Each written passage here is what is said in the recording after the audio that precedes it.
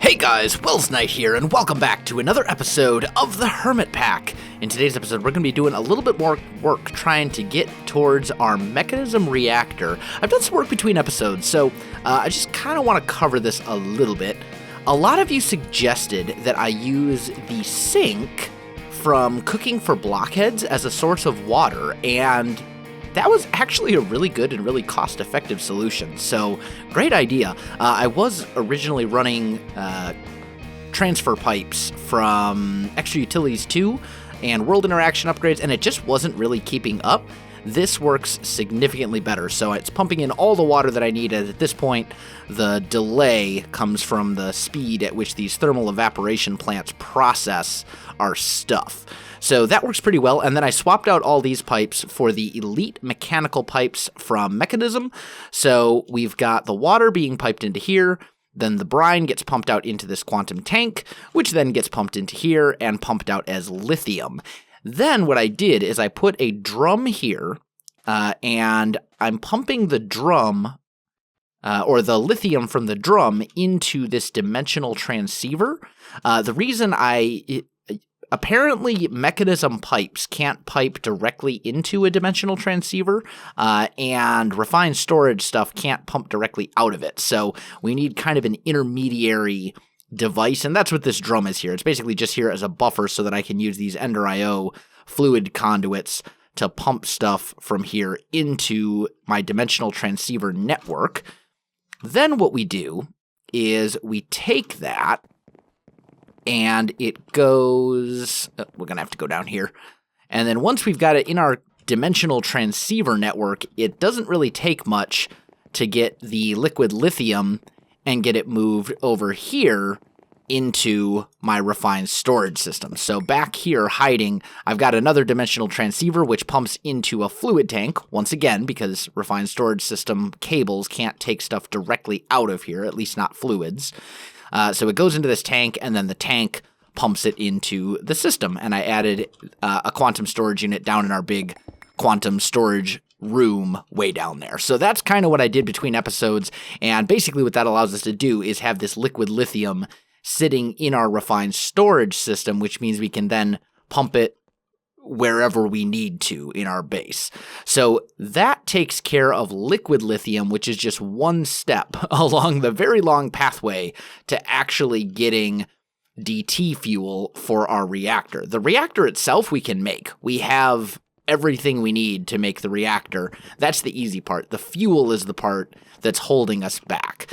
Also, I found a solution here for our reactor, our big reactor. We were really kind of struggling with Uranium because I'm not getting a lot of it, and I can get more of it now that I actually have, I'm pretty sure anyway, now that I actually have some mica, I've got a little bit, which we can use for upgrades on these guys. I can upgrade this and get more Uranium, but I found an easier solution. I didn't know uranium can actually be used as fuel, and you can use these uranium ingots from Immersive Engineering.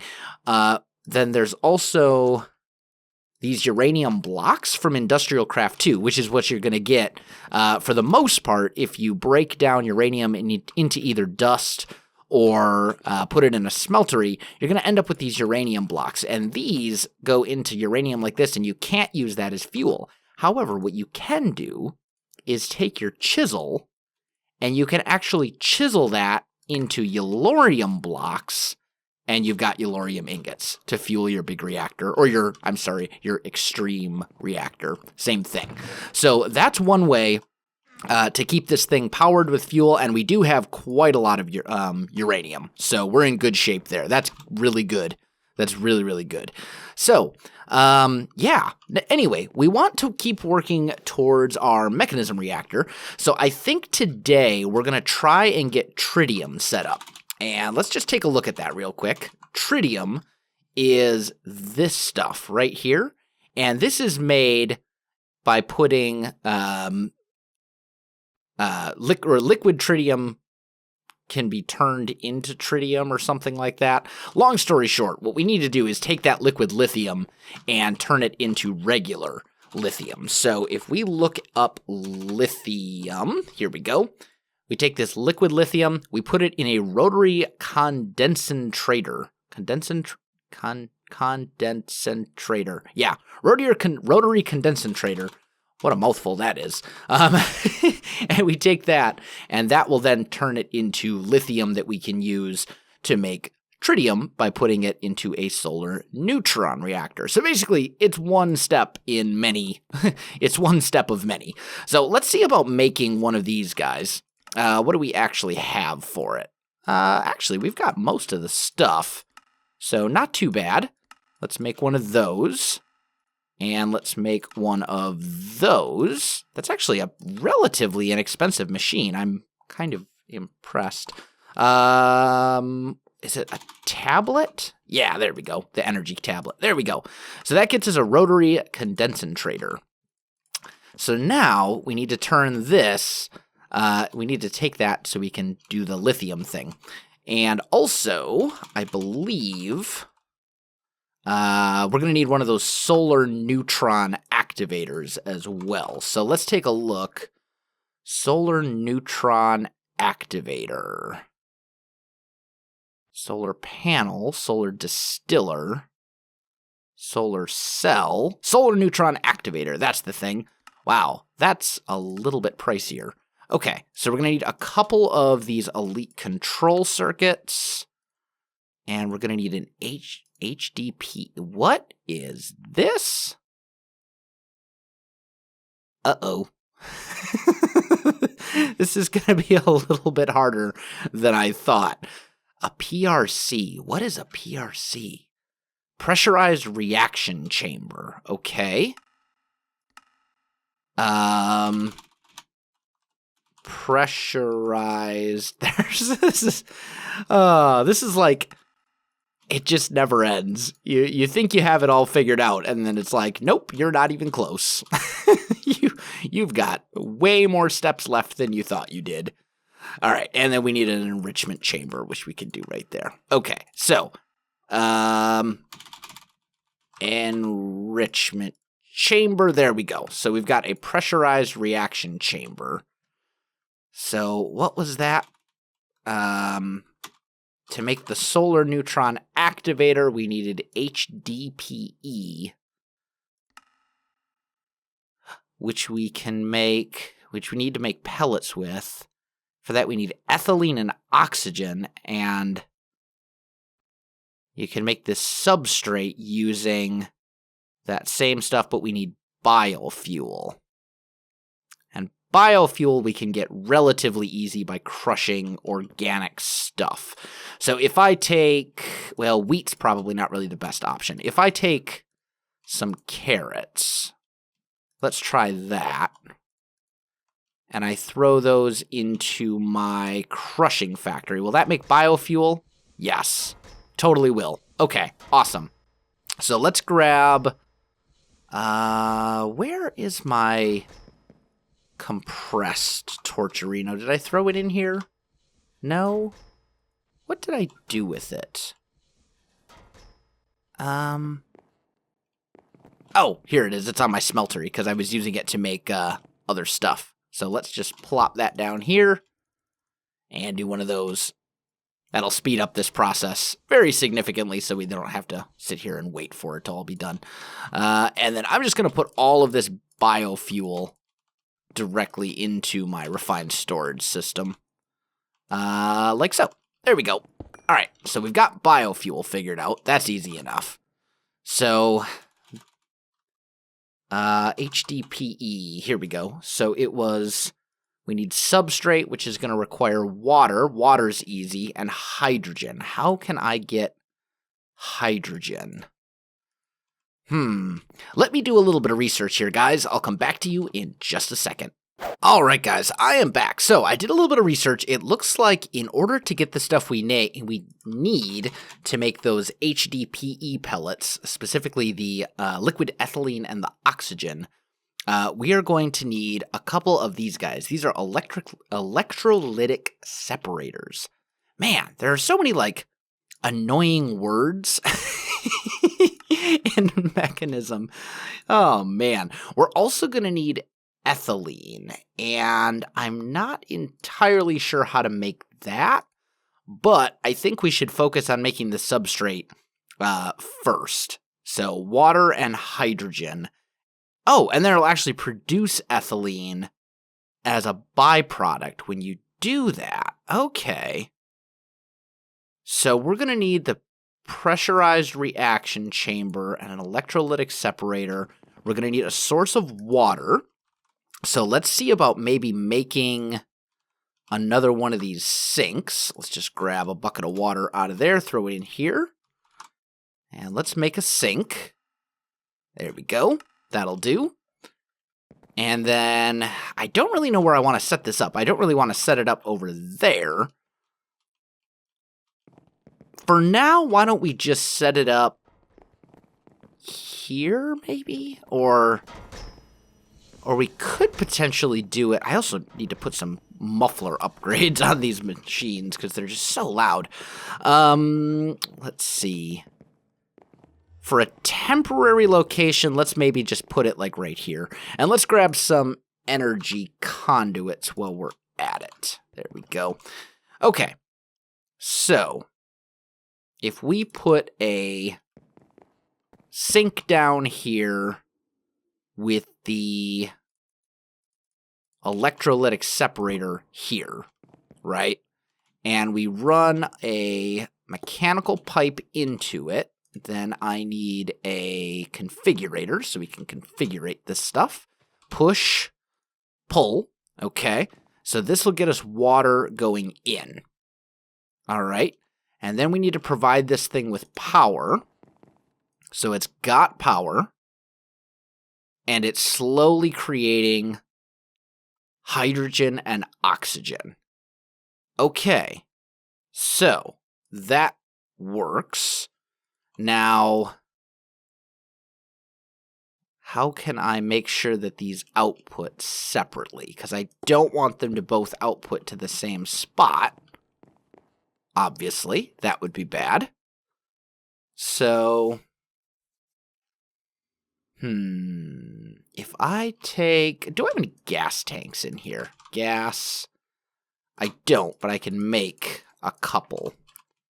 So if we put one here and one here, and then... Ooh, actually, I don't know if these pipes can do gases. Now that I think about it, those might only work on fluids. Let's see. Diversion, heat, blocks items... Pipes are fluid. Okay, here we go. So we need these pressurized tubes. So let's make a stack of those. And then...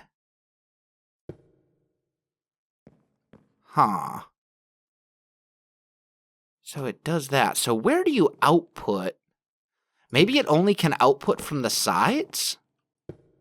Yeah, I see. Okay, so the sink needs to import to here, like that, and then it's going to divide like this. So the oxygen will go to this side, or the hydrogen will go to this side, and the oxygen will go to this side. Okay, that makes sense. I see how this works now. See, we're doing sciencey stuff together, guys. We're learning mechanism together. This is actually one of my favorite parts of modded Minecraft, is just learning how these things work. Because this is something I have never done before. I've never delved this far into mechanism. And it's always fun to kind of learn a new mod. So, okay, so we've got our oxygen going here. And then for the HDPE, we needed... or substrate's what we need. So water and hydrogen. But we're not producing hydrogen. Oh, yeah, we are. We're producing hydrogen over here. So if we take our pressurized reaction chamber and put that here, and then we pipe in gas here. Water here.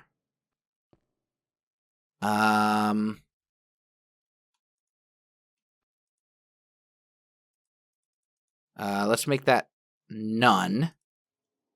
Oh, wait. There we go. So this will be push. This will be pull. So that fills this with water.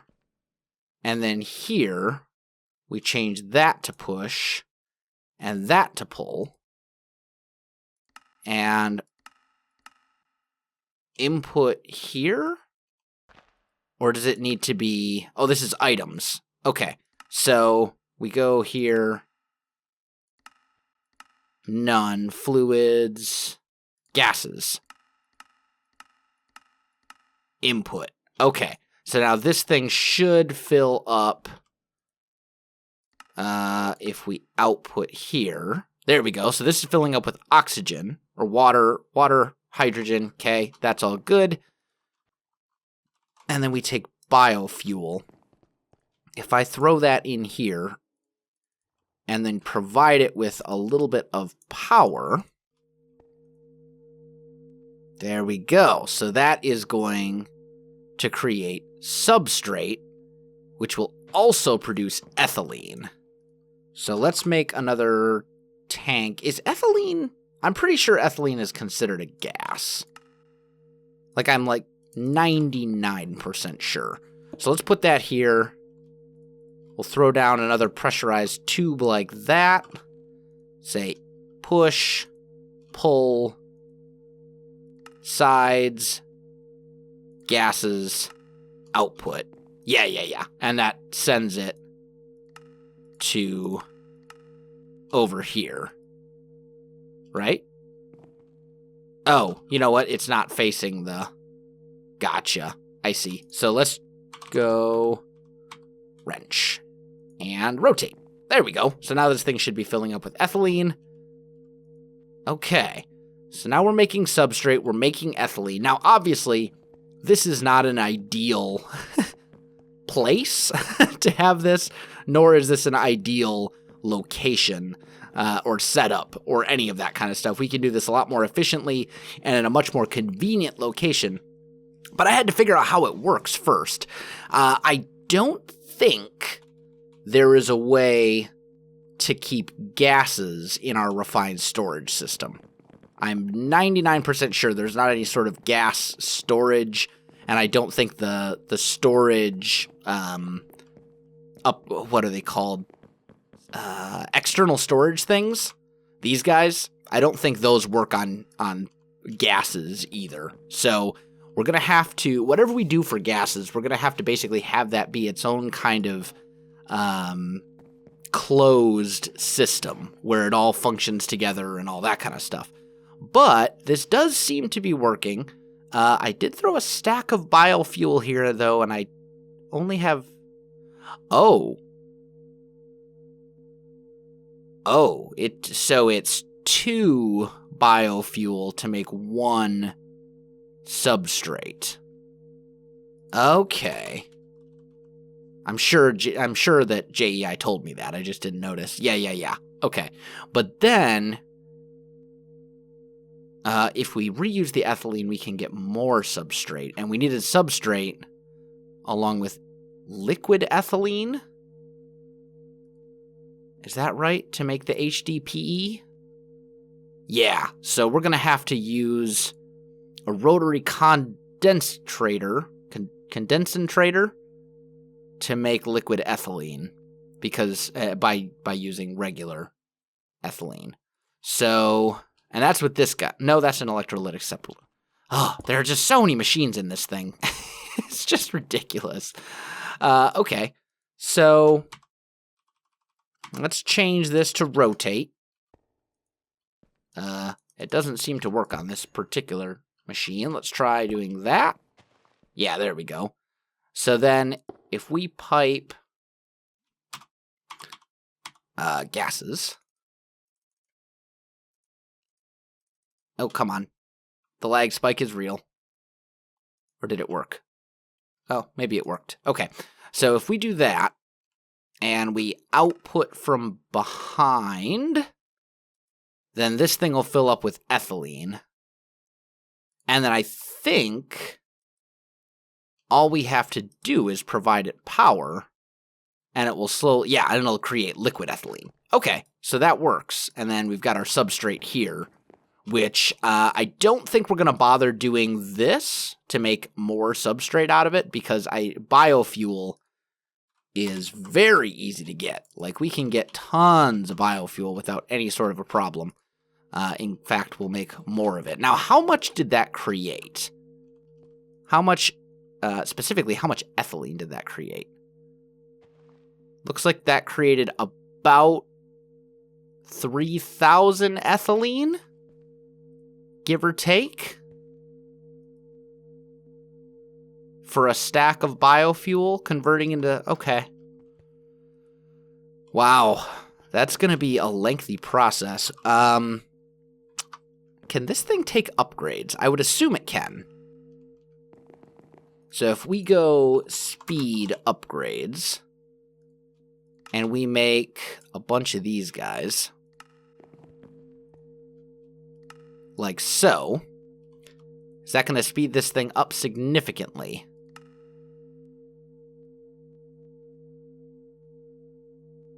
Yep, it is working. So this should help. We'll see how much faster it ends up getting. 10 times faster. Okay, yeah. There you go. So now it's producing at a much better and faster rate. So hydrogen will stay full.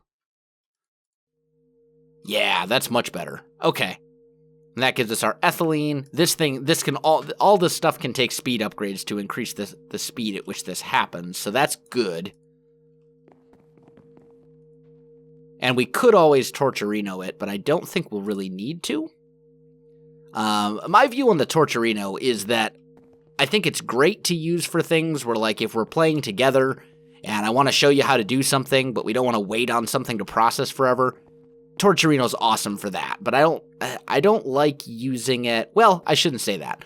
There are certain situations that I like to use it in as like a permanent selection in a build. Like, for example, over here, this is running using a Torturino. I think that's okay because this setup right here would not be viable without it. Like, if the Torturino allows you to use mods in ways that you wouldn't otherwise be able to use them because they just would not be viable, I don't have a problem using it for that. But when it comes to a setup like this where it's going to be viable even without the Torturino, in that case, I prefer to go without it. If that makes sense. I hope it makes sense. It makes sense in my brain. I know what I'm trying to say. Okay, and then this is giving us the liquid ethylene. And liquid ethylene we could store in the system if we want. So, yeah, there's all sorts of crazy setup stuff here that we need to do. But we got this kind of figured out. That's a good thing. So, maybe what we do, I think it was the crusher, right? To make biofuel, you crush stuff. Yeah. You crush it here. Okay. So maybe what we'll do is we'll make a elite crushing factory, which means I'm going to need a basic crushing which means I'm going to need a machine block. Oh, come on, really? What do you mean I don't have any iron ingots? Oh, I need lava buckets. Aha! Okay. That's easy enough. We'll just run over here, grab a couple. Since we keep them in our fluid grid, I'll just grab 2 buckets of lava, toss those in there, make a crusher, toss that in here, crusher, that'll make the crushing factory, and then we'll make the, oh, we don't have any of these control circuits, that's okay, make those. There's our advanced. And then we actually do have all the stuff for that. There we go. So we got ourselves an elite crushing factory. We're going to want to give it... let's actually just search for upgrade. That'll probably be a little faster. because I want 8 speed upgrades and 8 energy upgrades? Oh.